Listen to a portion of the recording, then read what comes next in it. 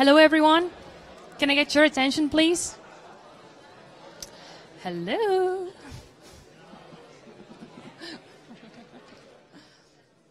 Hello, everyone. Good afternoon. Welcome to this guest lecture. This is the guest lecture of Mr. Hubert De Neve. He is a former executive vice president of IMEC, and right now he works as an organizational consultant and executive coach. Also, he is a chairman of the board of directors of the International School of Leuven, and he's one of the founders of Leuven Mindgate. He has received multiple awards for his successful solutions and designs. And for this guest lecture, you won't need your laptop or smartphones to follow it. So please give him a big round of applause. Here is Mr. Hubert De Neve.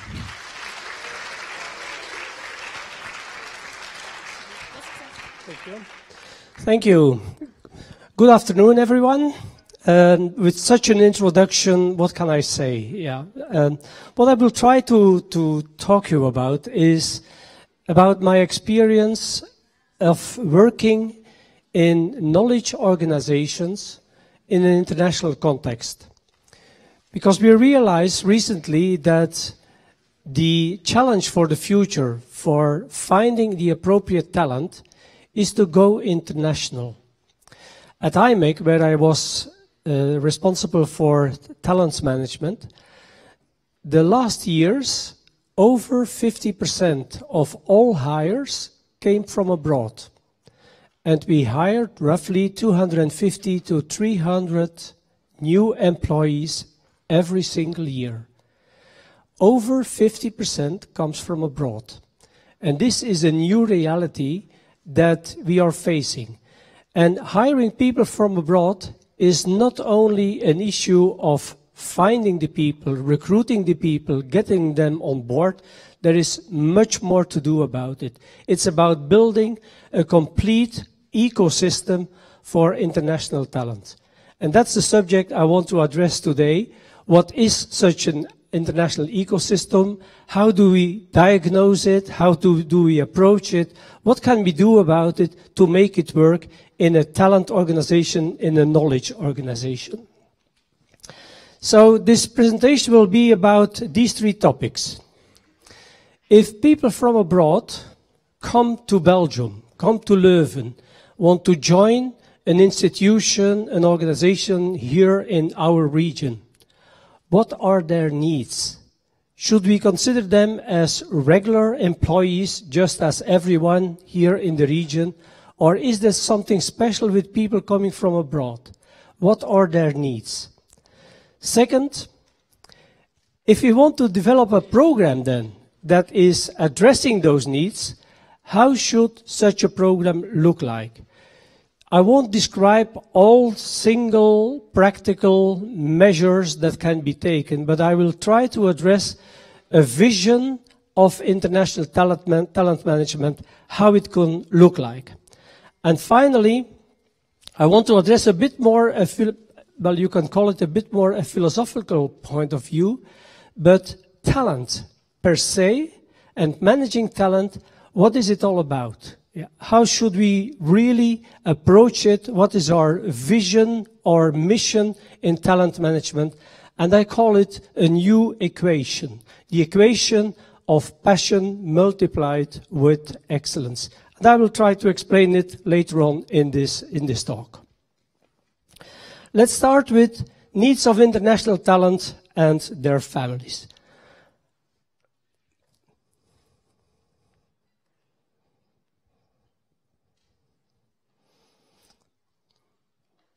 Bear a minute with me, I will skip the ad. There is something going on in the world of work today. Some kind of a evolution that's forcing organizations to think differently about what it means to be an employee or a manager, and even what it means to actually work. There are 5 trends that are causing this evolution to happen. 5 trends that are forcing organizations to challenge everything they know about work. These 5 trends are globalization, mobility, millennials and changing demographics.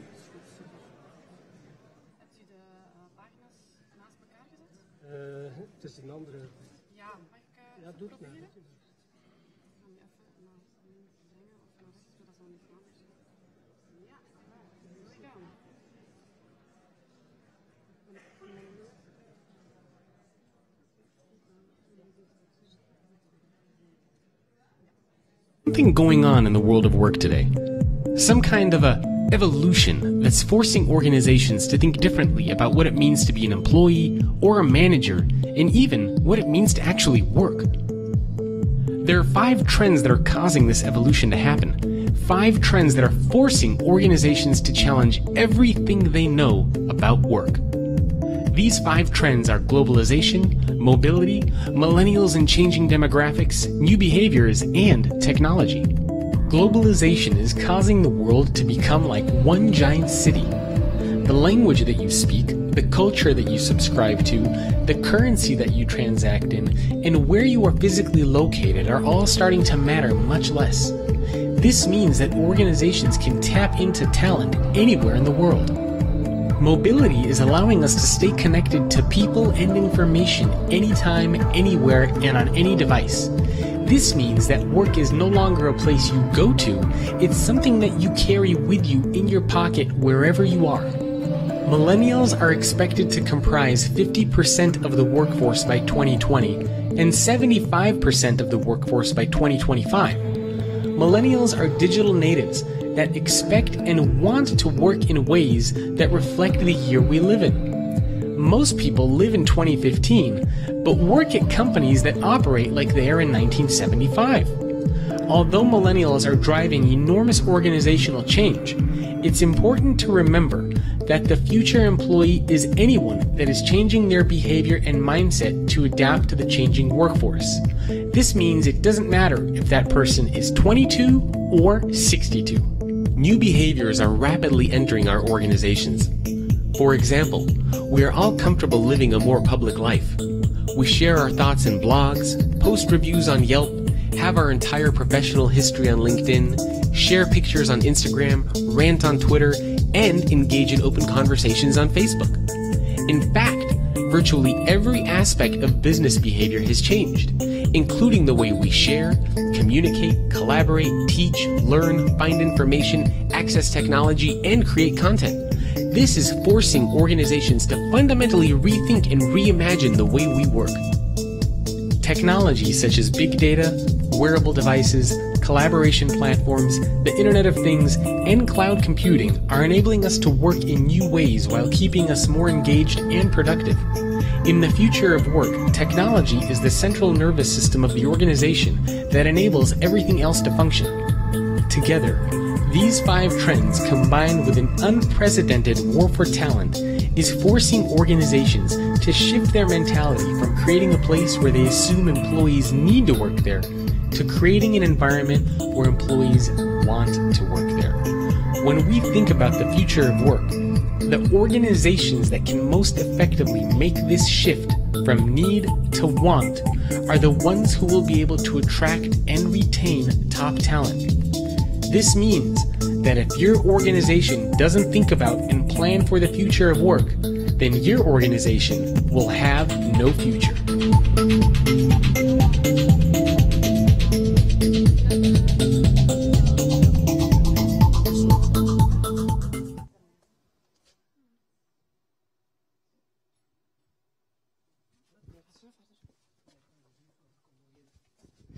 So with these 5 trends, what we are facing is an unprecedented war of talent.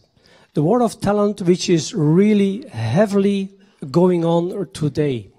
And what we realize today is also that such a war of talent can never be won by a single company.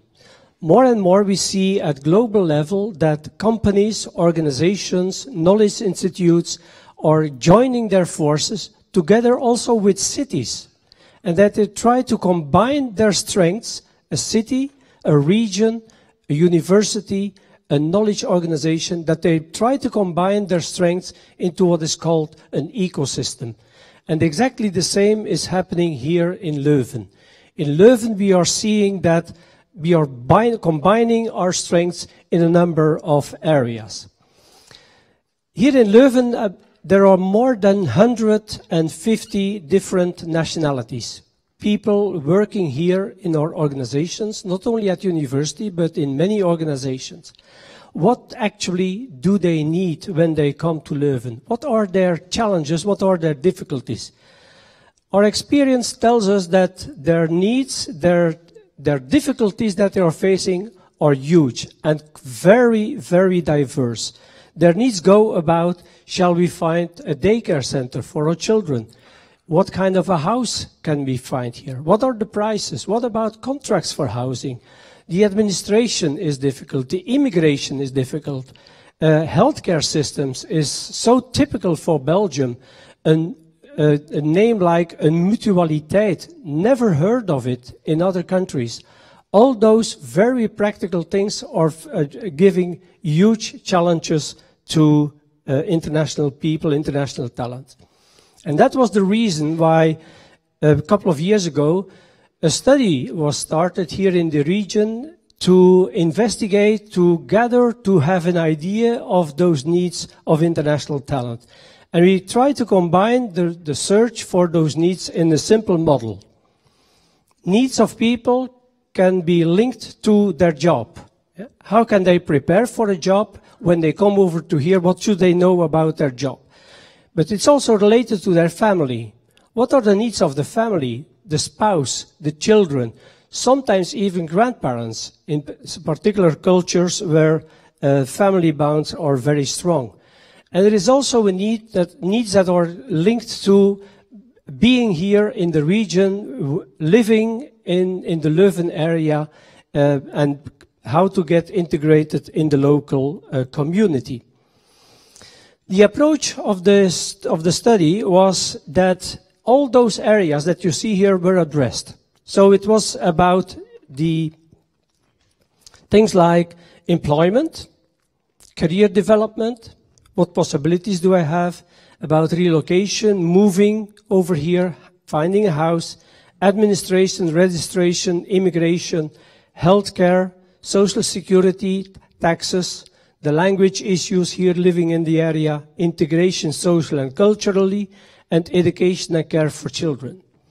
But typically, when an international person is coming to Belgium, he starts asking questions about all these issues long before the arrival here in Leuven.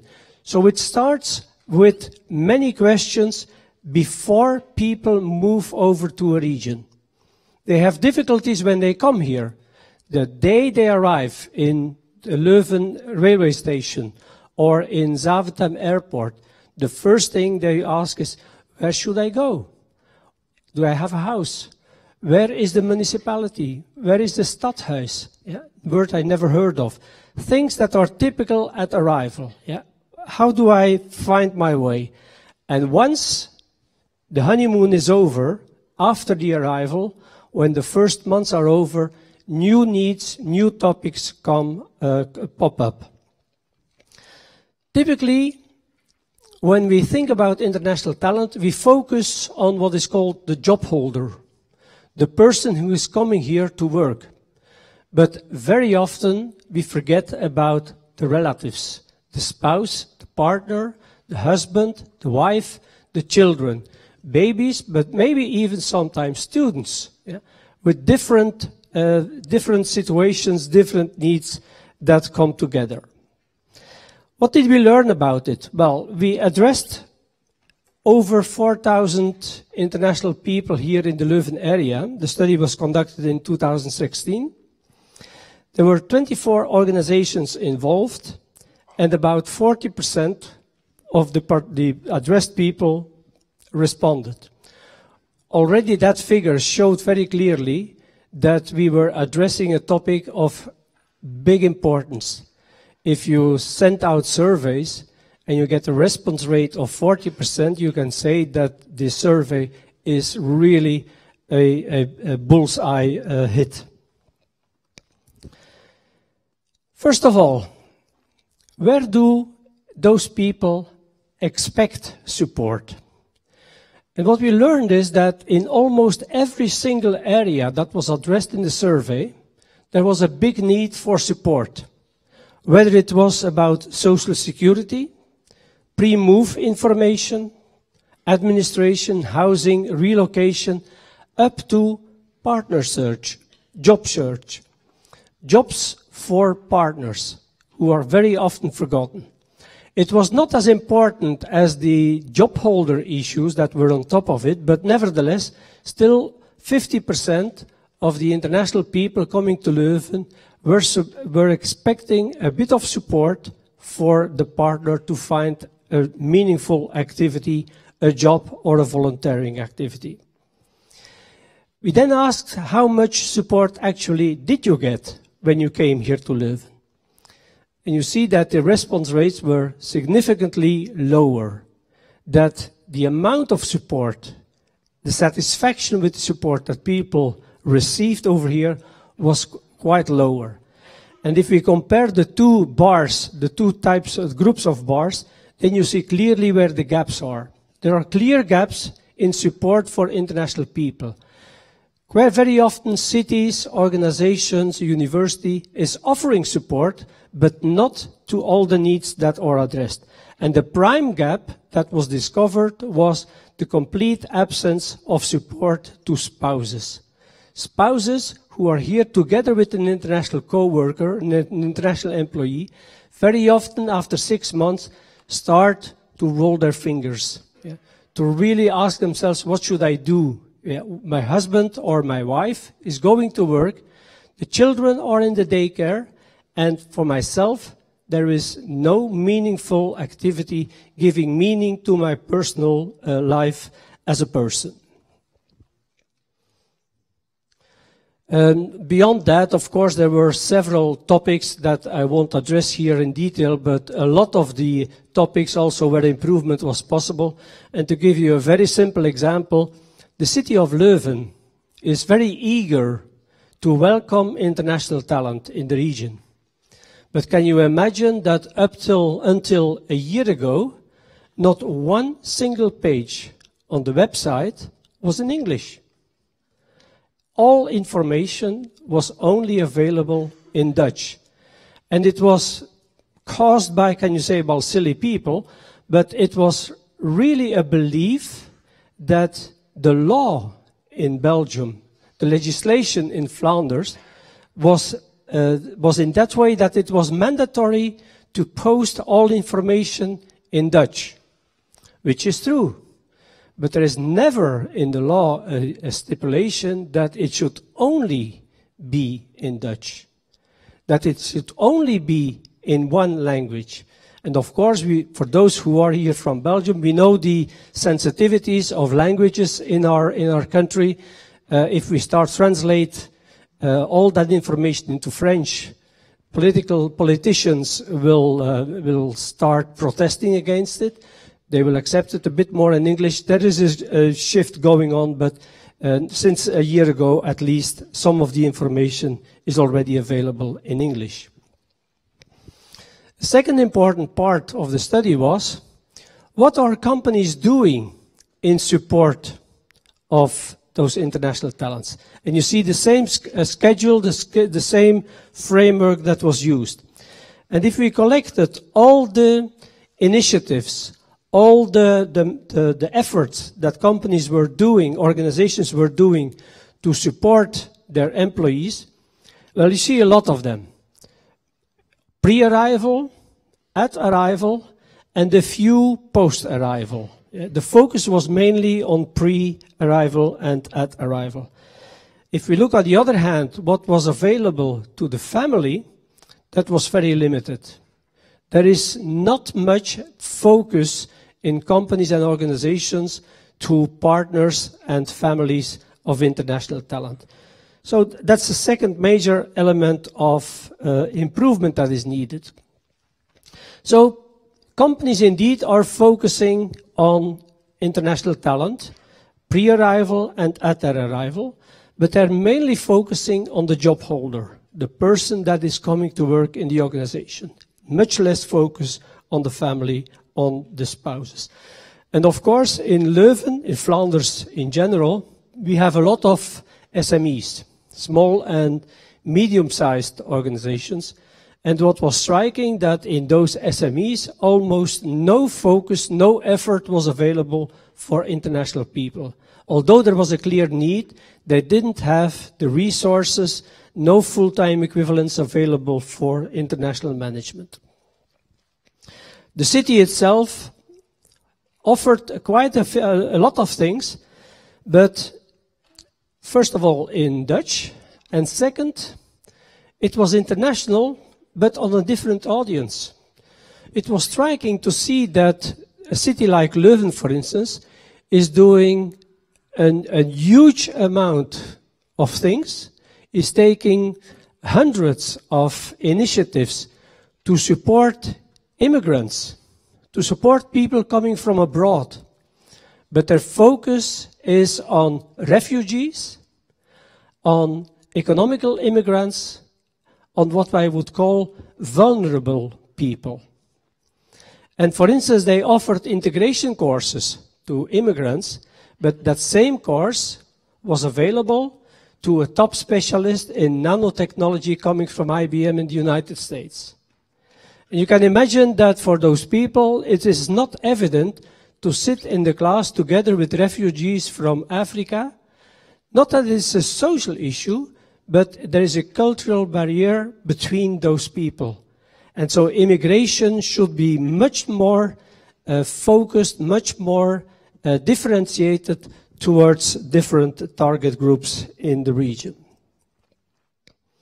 So clear that also in that area a lot has to be done. And that was actually the focus for starting an international talent program that the city of Leuven and the knowledge organizations are jointly coming together. And that is what is called the Leuven Mindgate Initiative. The Leuven Mindgate Initiative is meant to be a general framework combining all types of organizations and bringing together the strengths of each one of those organizations to really make it an attractive pole for international talent. The focus here in the Leuven area is on three main domains. It's on healthcare, research on health, it's on technology, and it's on creativity. And Leuven Mindgate even tries to make combinations of those domains, for instance, through research and development on the use of technology in healthcare. So really making it possible in that way to be at the forefront of the knowledge in those areas. Leuven Mindgate is an organization that aims to develop the Leuven area as an attractive pole for knowledge workers in those three domains. Well, you can see that today Leuven Mindgate has already over 200 members, companies, besides the city, the province, the governmental bodies here in the area. The knowledge institutes like the Leuven University, like UCLL, is also a member of Leuven Mindgate. So many knowledge institutes together with organizations for profit.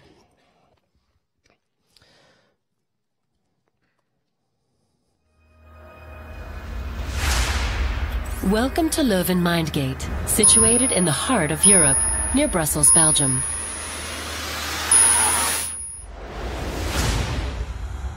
Leuven is one of Europe's most prolific regions for high-tech business development and innovation, and is home to several world-renowned knowledge institutes.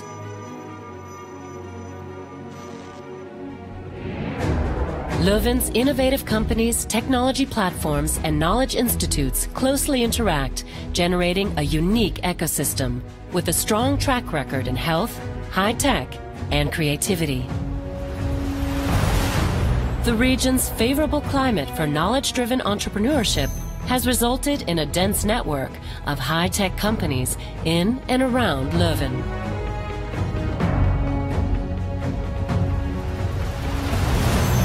Talented and highly educated people from all over the world work together in this hotspot for research and innovation, surrounded by culture and history.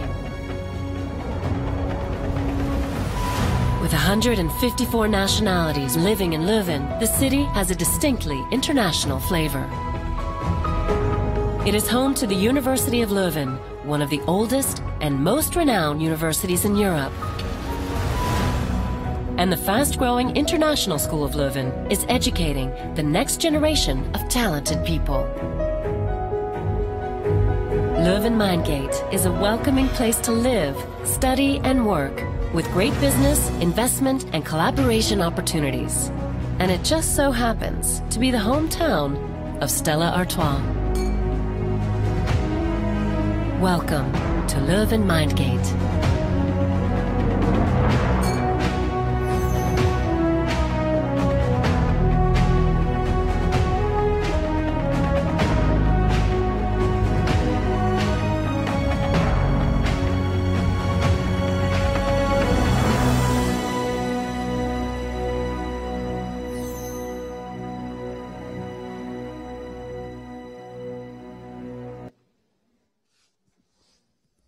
It means that the goals of Leuven Mindgate are very ambitious. It's really the goal is to bring the Leuven area at the forefront in those three domains. Leuven is not the pioneer in this combination of organizations, in this triple helix organization.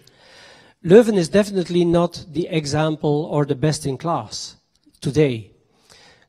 Countries like Denmark are probably the front runners. Denmark has already since many years a system of an international house where every single area, every single item that people want to address related to international labor, international education can be addressed. Here we are starting. We are starting, and there are many, many difficulties in bringing it all together. Very simply because we have learned over decades to be competitors. Companies here in this Leuven Mindgate efforts are now joining forces and have a similar ambition, even when they are competing for the same talent abroad. Bringing it together and try to combine the collaboration of those institutes is a major shift in an ecosystem for the economic development of a region.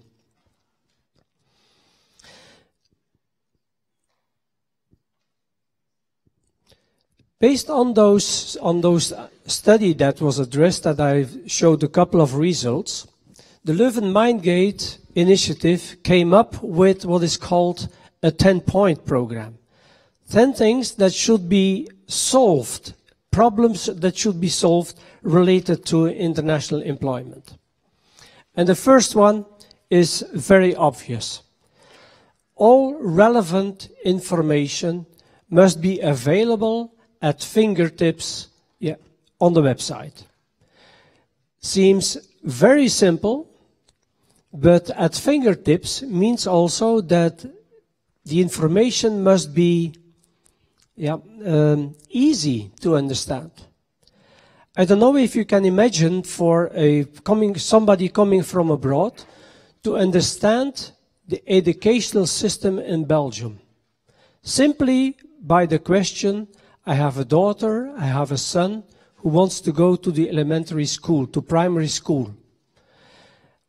Understanding how that works, especially when you come to secondary schools, the complexity of our educational system, the complexity of our different organizing bodies in our education.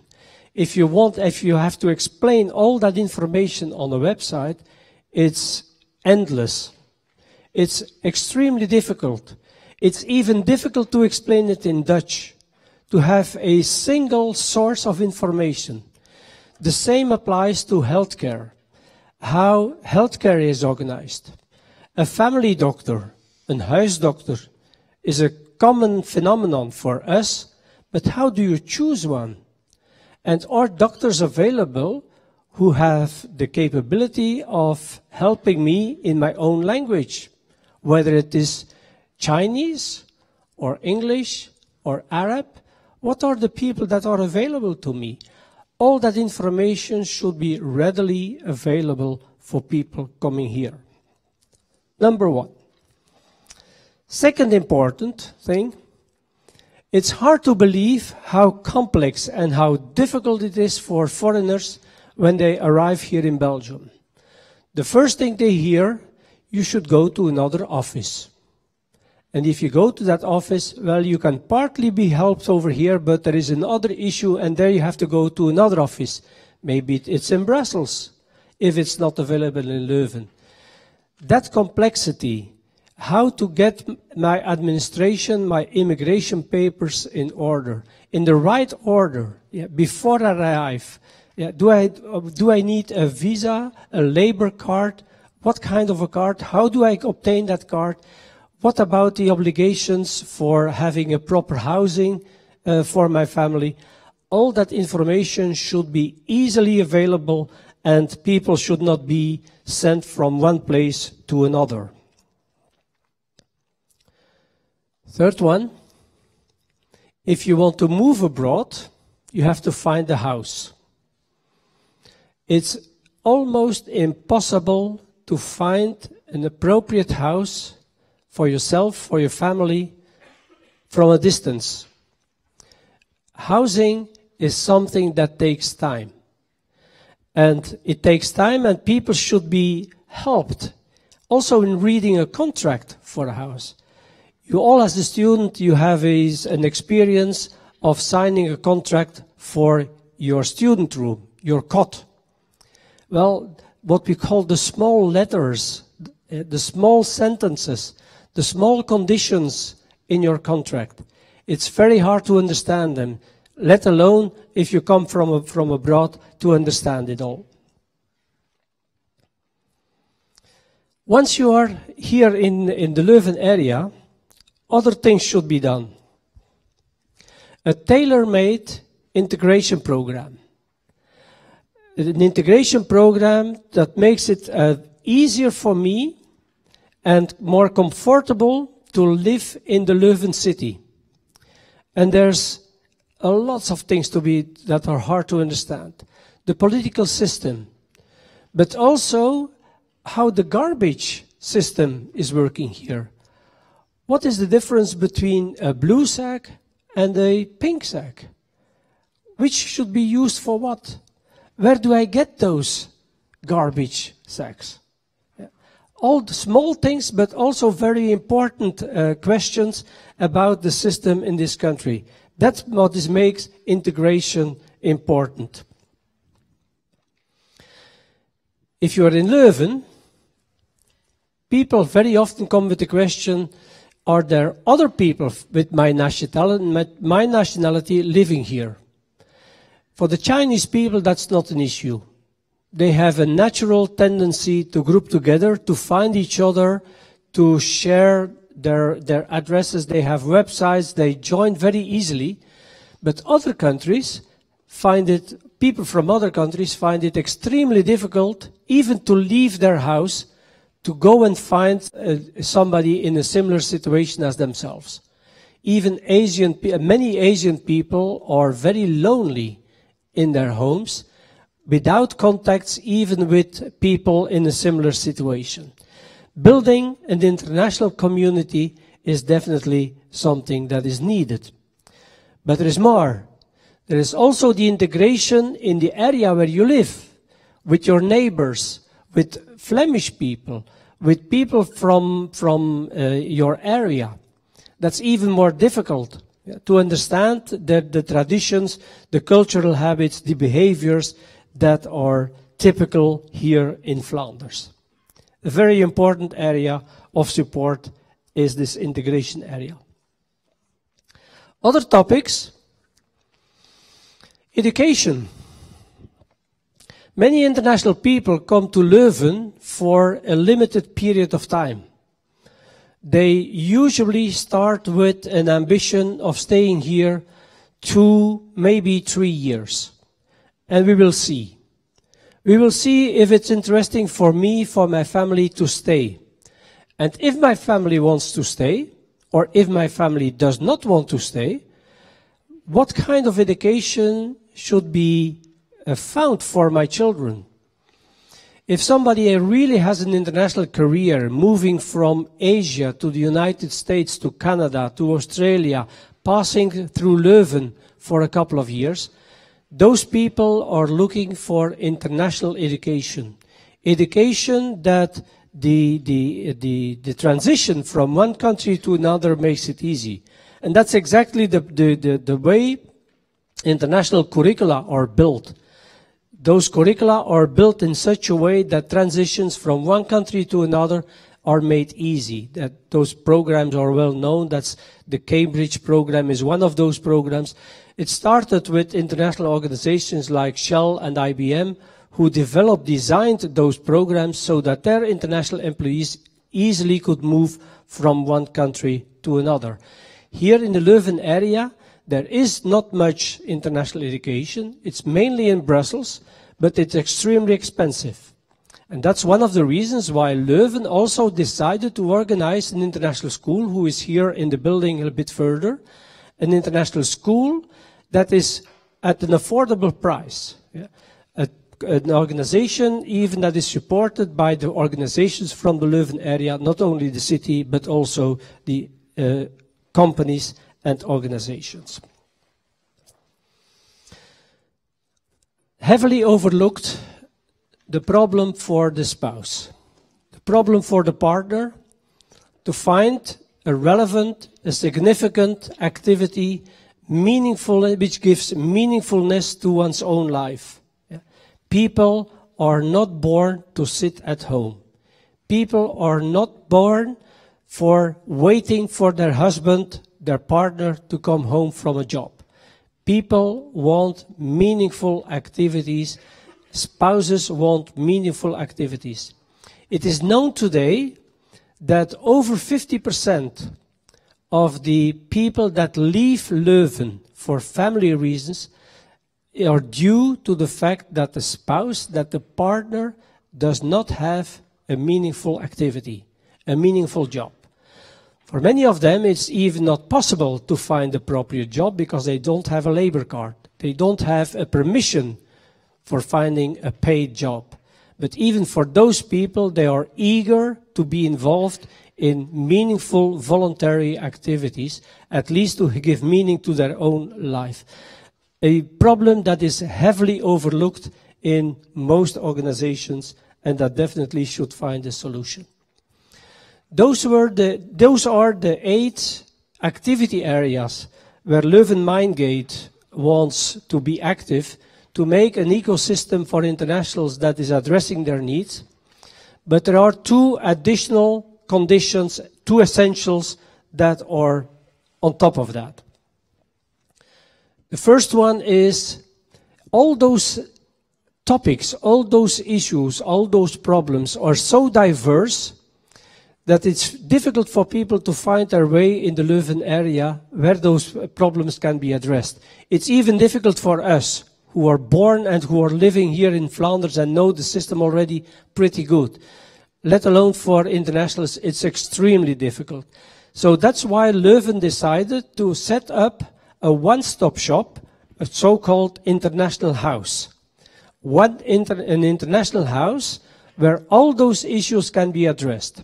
And you know the house probably is the former Comenius house, where UCLL had its school up till July last year.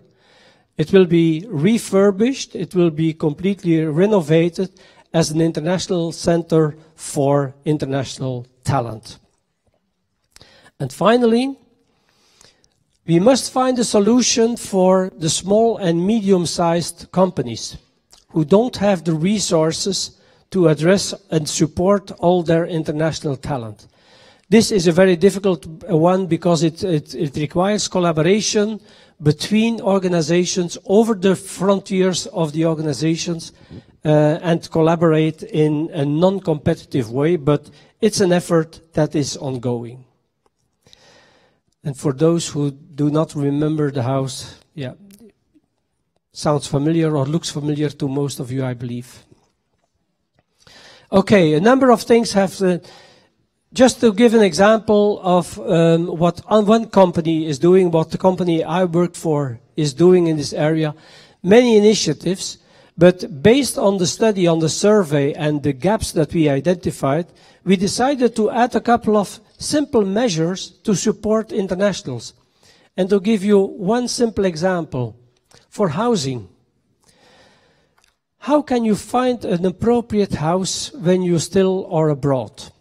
Well, what we decided is that internationals coming to Leuven and working at IMEC, they get from us an apartment or a studio for 1 month.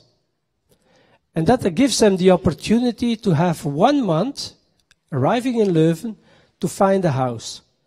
And on top of that, we give them 3 holidays in the first month for house hunting.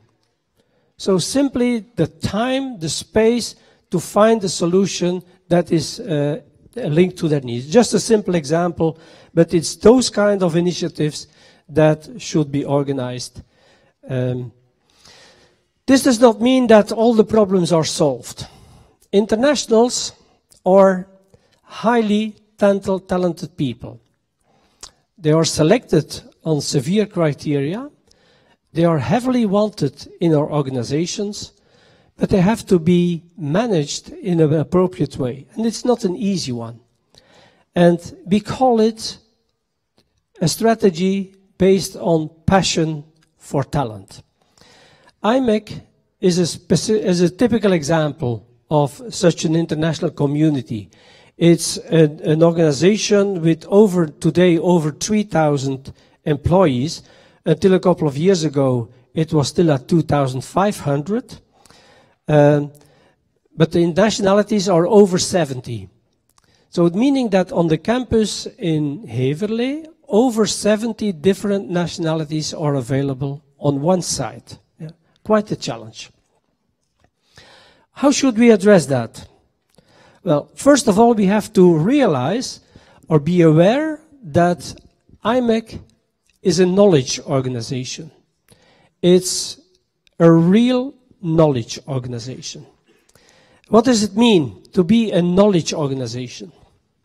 Well, the most important part of it is that knowledge workers can't be managed. One way or another, you can't manage, organize, control knowledge workers. Why? Well, for a number of reasons.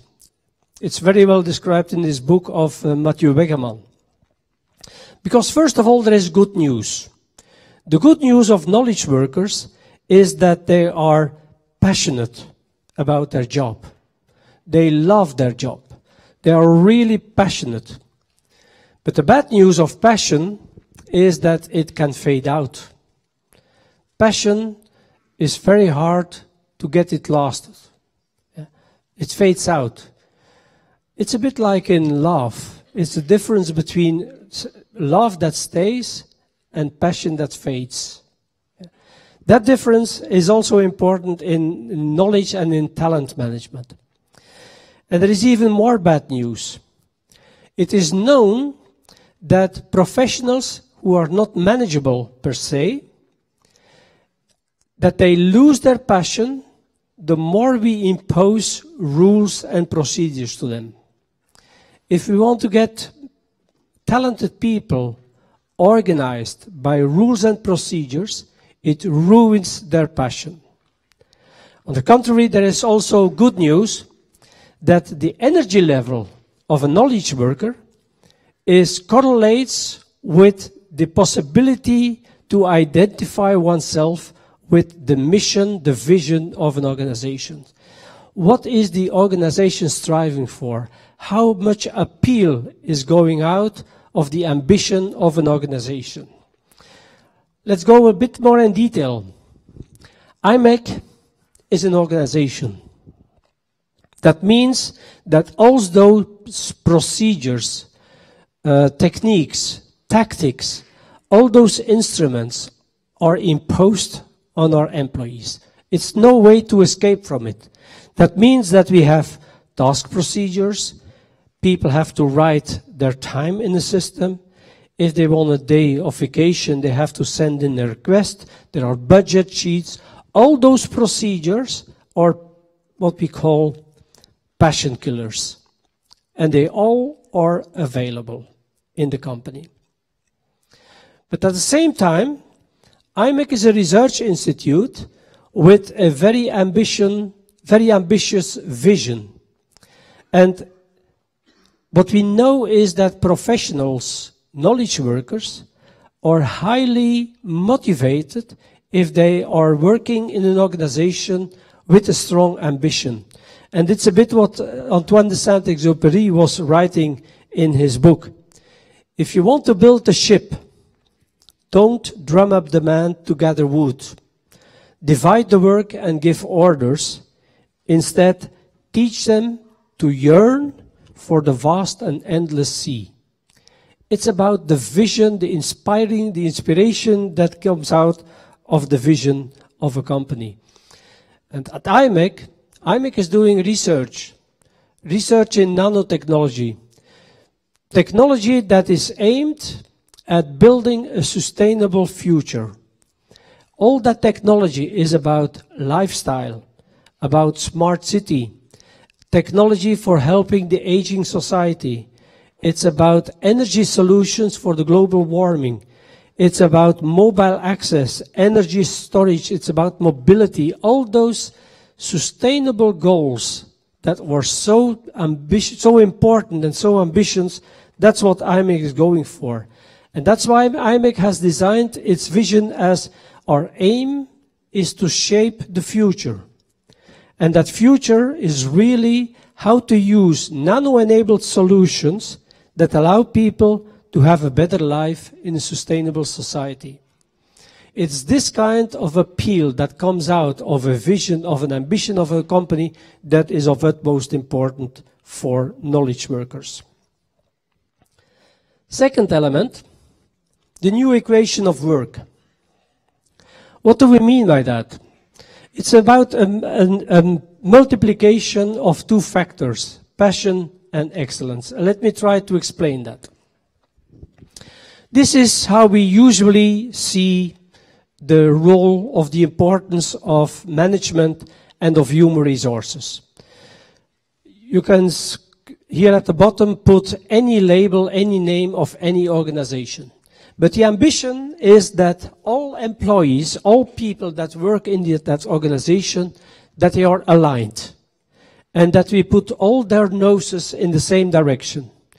And everybody should really contribute to the success of the organization. That's the aim. And that's the role of human resources and the role of managers. Align people, make sure that they are contributing to the success of the organization.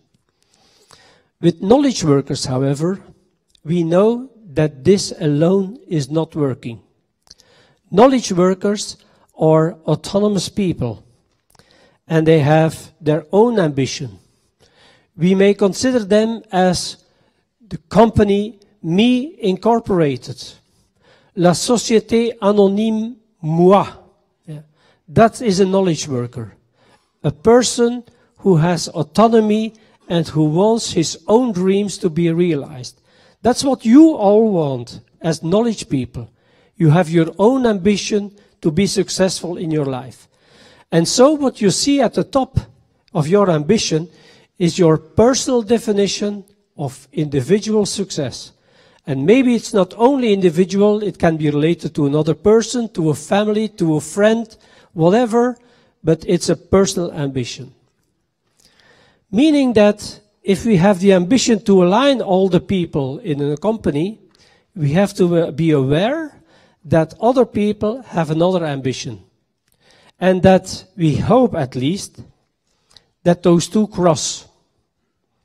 And if they cross, if they meet somewhere, that's where the role of a person should be defined. And that's a very important approach of human resources in knowledge organizations. We know the ambition of the company, but we must be aware that people have a personal ambition. And those two, one way or another, should meet. Now, what we expect is that people contribute maximally through their role. And when they start, let me see if I can. And when they start, they are all here at the bottom of the contribution. And gradually they move up. And we expect them all to be at maximum contribution for the success of the company.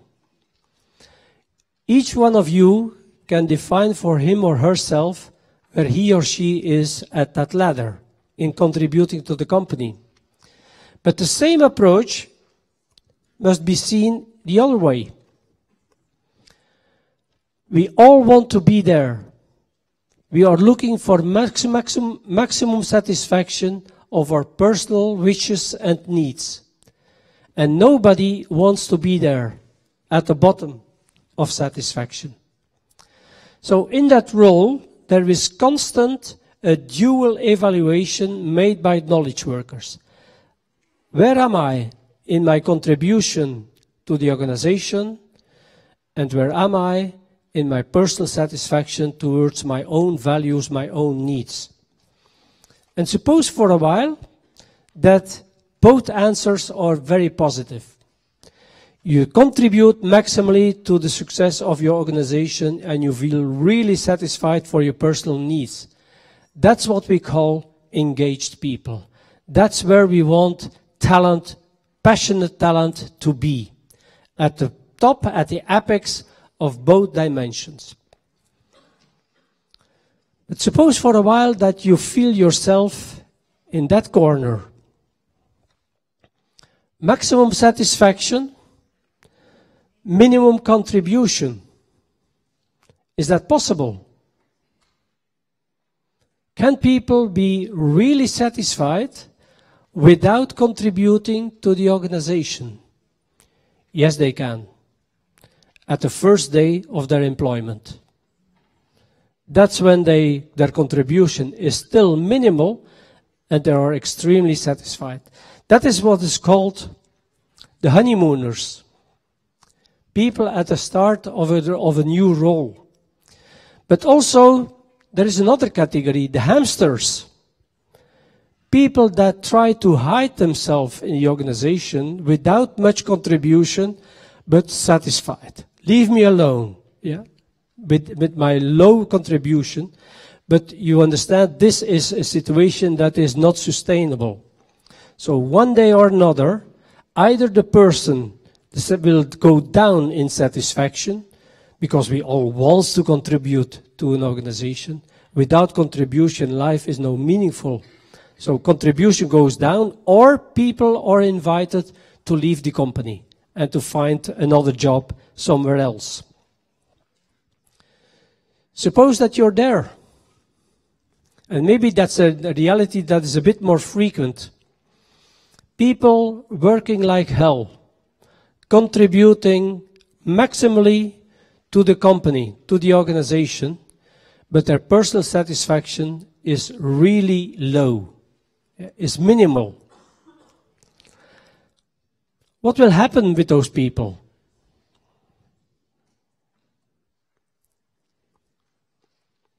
They will leave, or their contribution will go down. These are typically the burners, people that are overly active, that are constantly working without much personal satisfaction. So the crashers, the burners, will leave our organizations. And we hope at least that nobody will be at the bottom of both dimensions. So this is simply a way to say that knowledge workers, in respect of their autonomy, should be addressed in a dual way. Not only by contribution, but also by ensuring satisfaction for personal wishes and values. So it's a shared responsibility. That maximum satisfaction is a very important dimension to consider in human resources management, in managing international talent. Because knowledge workers have very important drivers for their passion. What are they actually looking for? What are the values that knowledge workers go for? Well, they're quite diverse. Some of them Many of them want to be the best. They want definitely at universities, at research institutions, the value of being excellent is one of the utmost important values in professional life. People want to excel. Others are not so much focusing on excellence, but on power. I want to lead a department. I want to be member of the executive team. I want to be the leader of the gang. Power and ambition to move up the ladder, the hierarchy in an organization is a very important factor for a category of people. Others are not interested in power, but are looking for stability, economical stability, making sure that they have a good family life, that there is a life beyond the work, beyond the profession, beyond the job. The call for autonomy is quite an important value to many knowledge workers.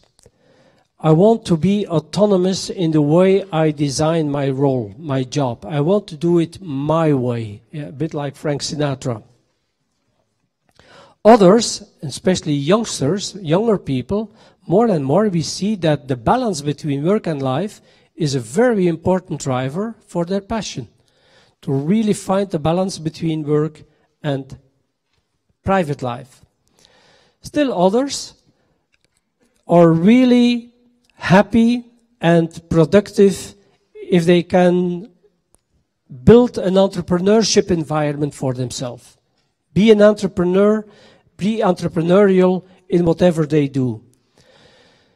And still others, more and more we see that people want a job that is dedicated to a cause, with a social goal, going for sustainability issues, an important dimension to be found in a job, challenges, etc. So there are many different values, and by the way, those values can also change over time. The importance of those values. Fundamentally, the type of value that plays an important role in a person's professional life doesn't drastically change, but the weight of it, the importance can change.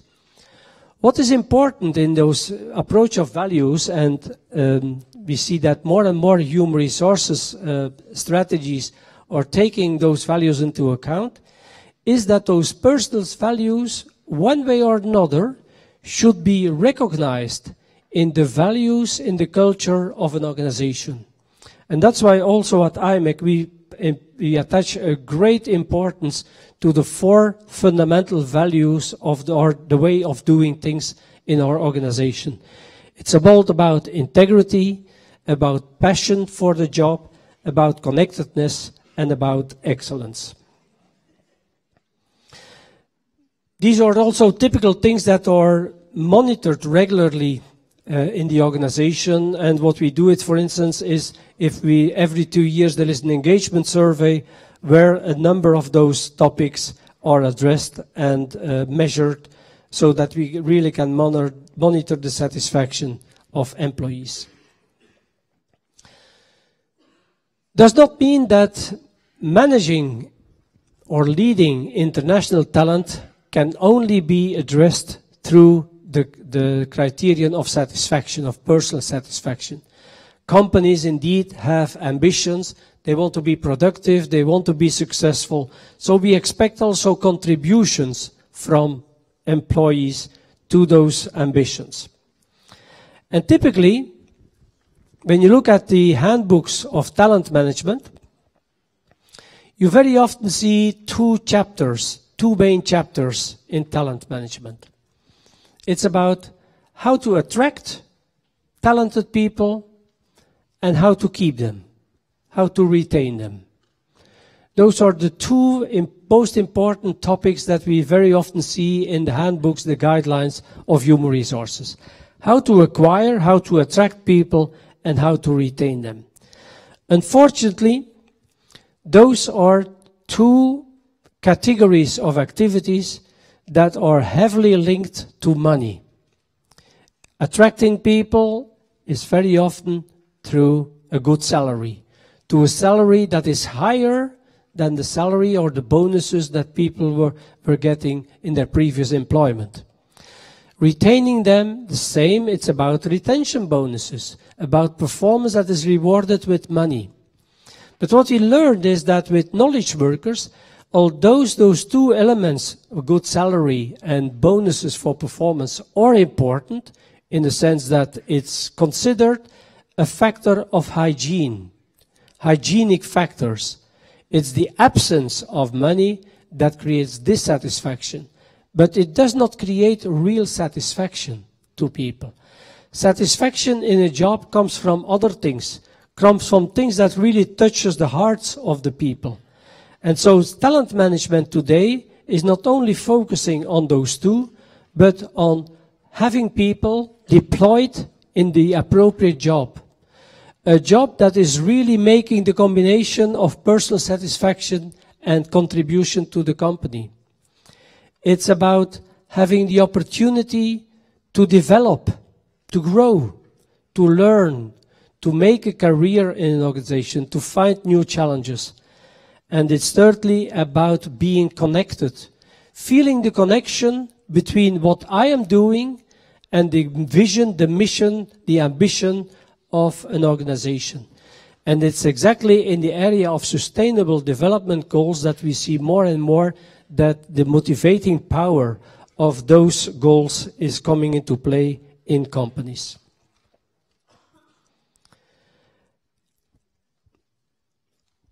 I have 15 more minutes to give a couple of examples how this vision is now translated in a number of practices in an organization. And I would like to give some examples at IMEC. The examples come from recruitment, performance management, learning, leadership development, career management, and personal growth. Topics that are really at the heart of the HR strategy. Recruitment. Recruiting and hiring people in the past, still today, is very often focusing on the selection criteria. In the sense, do you have the right experience? What kind of studies? What is the degree that you obtained? What is your personality? What are the skills that you bring with you? What are the dimensions in your personality that are important to us, etc. What we realize today is that in talent management and with talent people, that the so-called fit becomes extremely important. And fit is a vague term, but we all apply it. We all know it. We feel it. We use it constantly. And fit is about the evaluation of the two dimensions of the X figure. Yeah. Is it really appropriate if the person is really is coming to this organization? What will be the fit with the job? What will be his or her fit with the team, with the manager, with the company, with the vision, with the mission, with the values of the organization? It becomes more and more important. And that fit should come from two sides, not only from the company, but also from the candidate. And what we realized is that fit amongst the candidate is growing, is built before the starting date. And we rarely use that period to build a connection with the candidate. That is what is called the so-called onboarding period. You know, companies, usually when they hire somebody, the activity stops once the contract is signed. The contract is signed and it takes 6 weeks to 3 months before the person is joining the company. That period is vital for building the connectivity between the candidate and the organization. That's what is called onboarding. That's where people are eager to learn about the company, that they should learn a lot of the company. And that is what IMEC has built in designing an app, so that people in that period regularly get information from the company, and that information can be very diverse. It can be about the activities of the organization, the products of the organization, but it can also be about the cafeteria, the menu that is offered to the employees, so that people really gradually start to learn the company. Second important element, performance management. Performance management is maybe the most difficult process to be successfully implemented in an organization. And usually we spend a lot of time and effort to make it work.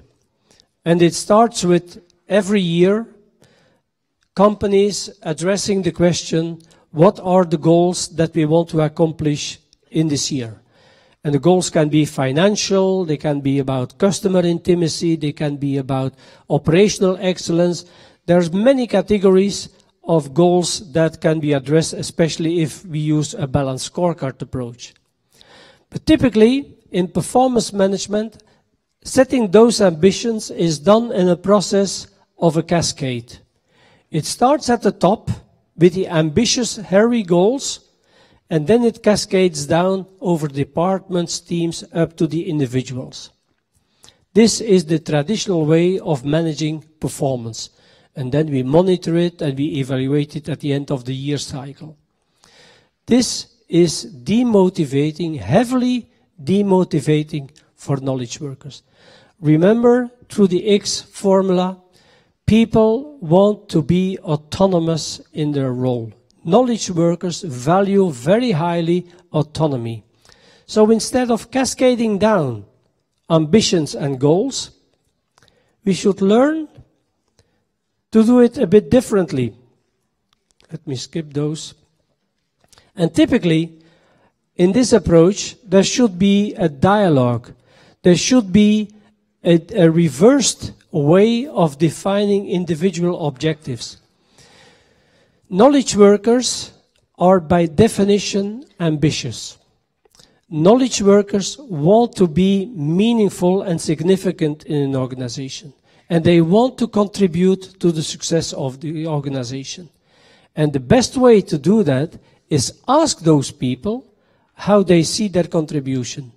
Let them define their ambition, their objectives, their goals by themselves.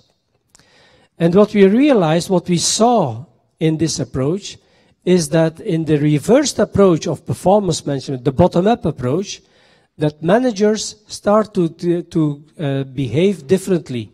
Managers have another duty, not cascading down the tasks and the duties and the challenges to people, but protecting people of being overly ambitious, being very moderate and more ponderated in the approach.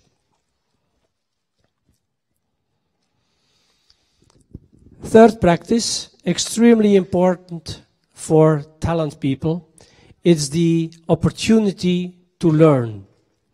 And learning in the most broad sense you can imagine. Not going only to classes, but also having experiences. Having the opportunity to participate in projects. To be able to make suggestions for improvement. And finding the appropriate resources for learning. Sounds obvious, but in many traditional organizations it's still a difficulty and a challenge to convince managers and get permission for employees to attend to learning, to attend to training. And more we see that the digital means are becoming the most important part for learning, which means that learning happens at very different moments through all the channels that are available.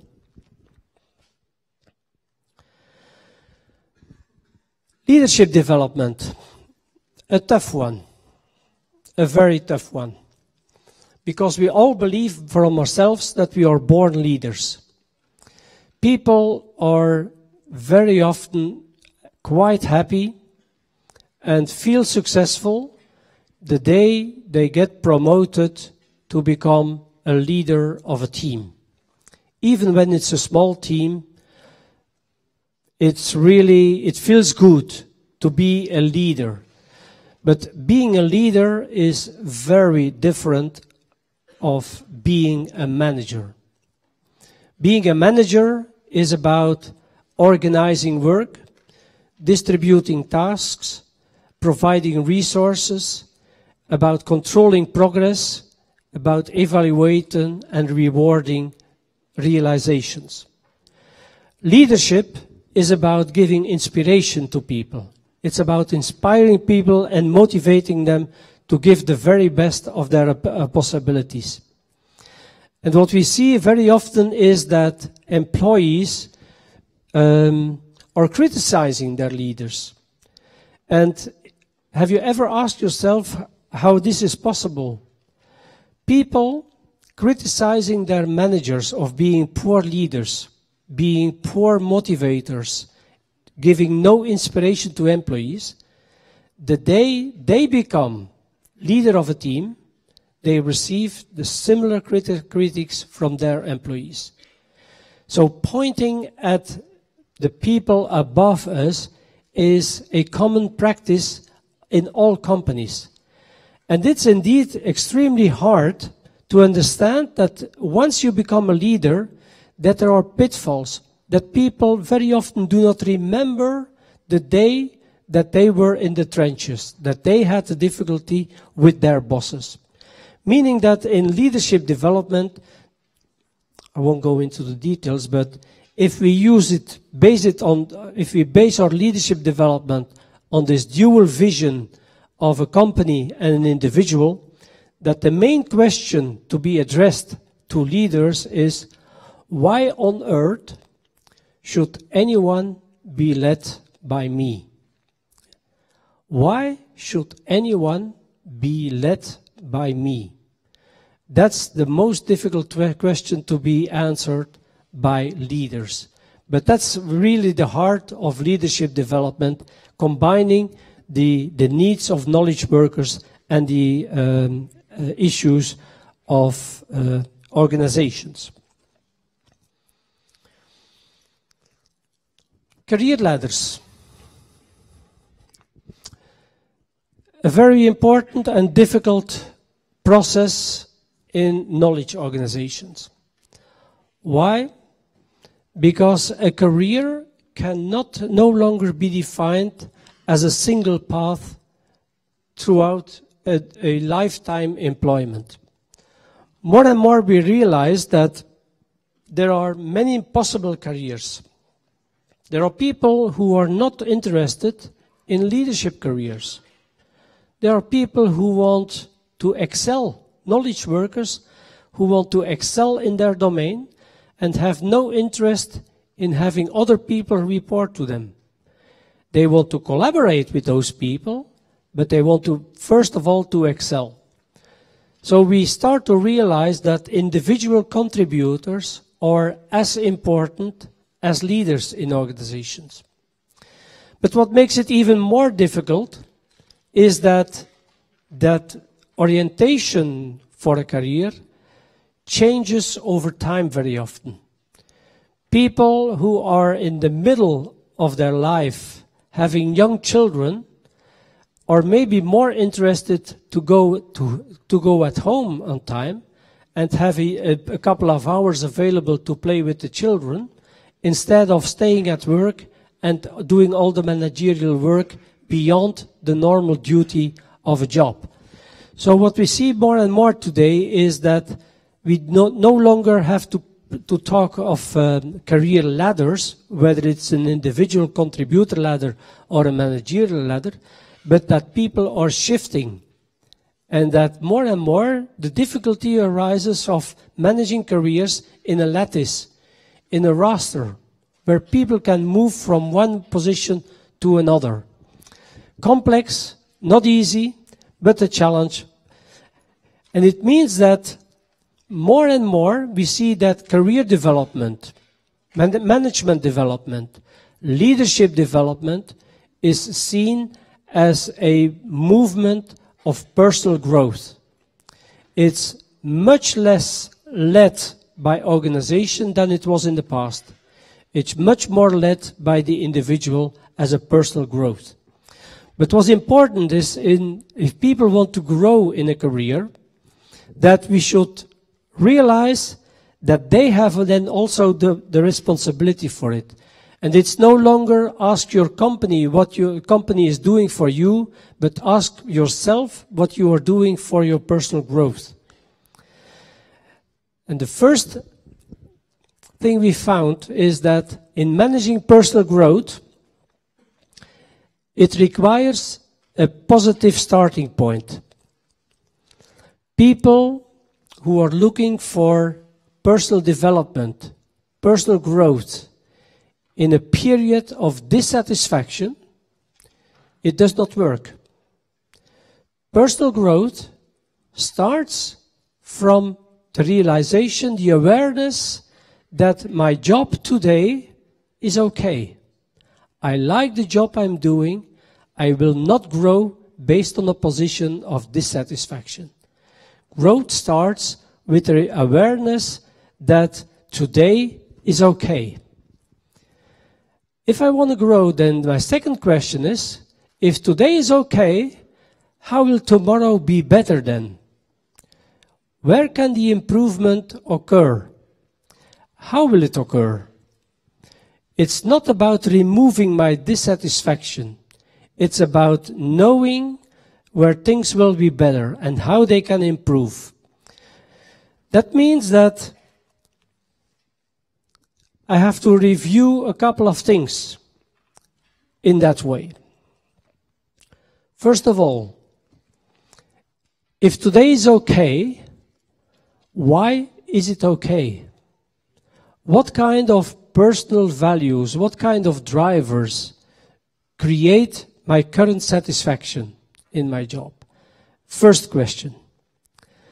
The second question is, what are the characteristics of my job today that please me most? What are the things that create the satisfaction in my job? Because that's the basis to decide what are the elements that I want to keep and what are the elements that I want to change. And finally, it helps me realize that growing personally, developing myself, can only happen through building on my strengths. Building on the things where I'm already strong. Too often in development, the focus is based on, here are your strengths, here are your development points, which is a euphemism for my weaknesses. I have never, ever seen a person who has developed himself by elaborating on his weaknesses.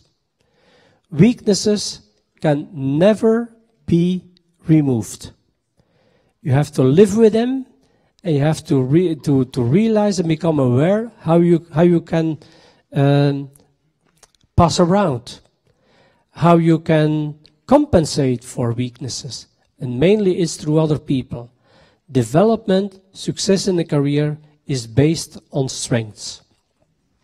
That means a lot of reflection that is required for a person about himself, because on the basis of that you can start engage in a dialogue with a boss to really design an action plan how to get there to be better tomorrow. This is the way that we train managers to help their employees in reflecting on their personal development. It's a very challenging but a very rewarding approach for personal development. That was my story for today. So, I still have some time for a couple of questions. If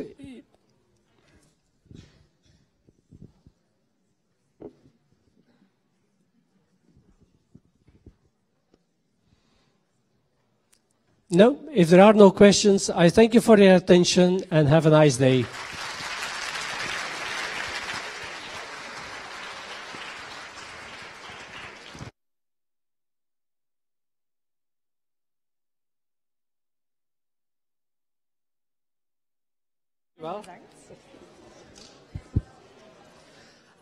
So everyone can go to the C blocks and find a room to work on your assignments.